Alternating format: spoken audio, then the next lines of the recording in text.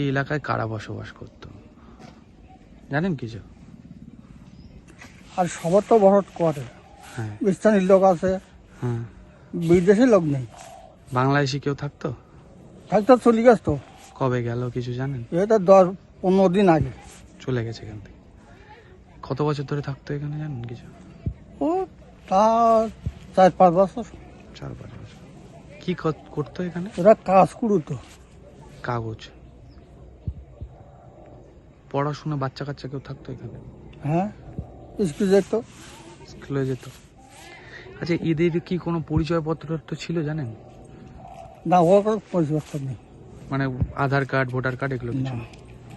কি মনে হয় এই এসআইআর ডিক্লেয়ার হওয়ার পর চলে গেল? ও আবার সাঁতারে চলে গেছে। চলে গেল 10-15 দিন হচ্ছে। কি নাম আপনার? আমার নাম রফিকুল মোল্লা। আপনি এখানকার স্থানীয়? এই যে এতগুলো লোক তারা 10-15 বছর ধরে এখানে বসবাস করছে, তারা বিভিন্ন ধরনের ব্যবসা করছে, তাহলে তাদের আই কার্ড হয়ে গেছে, তাদের আধার কার্ড হয়ে গেছে, তাহলে কি করে হলো? সর্বোপরি হচ্ছে তারা যদি বাংলাদেশি হয় তাহলে আমার ভারতবর্ষে ঢুকলো কি করে? বর্ডার সিকিউরিটি ফোর্স কি করছে? কেন্দ্রীয় সরকার স্বরাষ্ট্র দপ্তর কি করছে?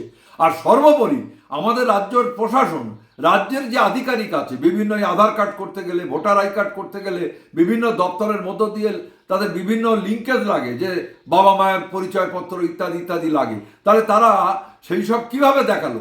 আমার বক্তব্য হচ্ছে নির্বাচন কমিশনের এ দায় এড়াতে পারে না, কারণ এখন ভোটার আই কার্ড করতে গেলে অনেক রকমের কোয়ারি হয়।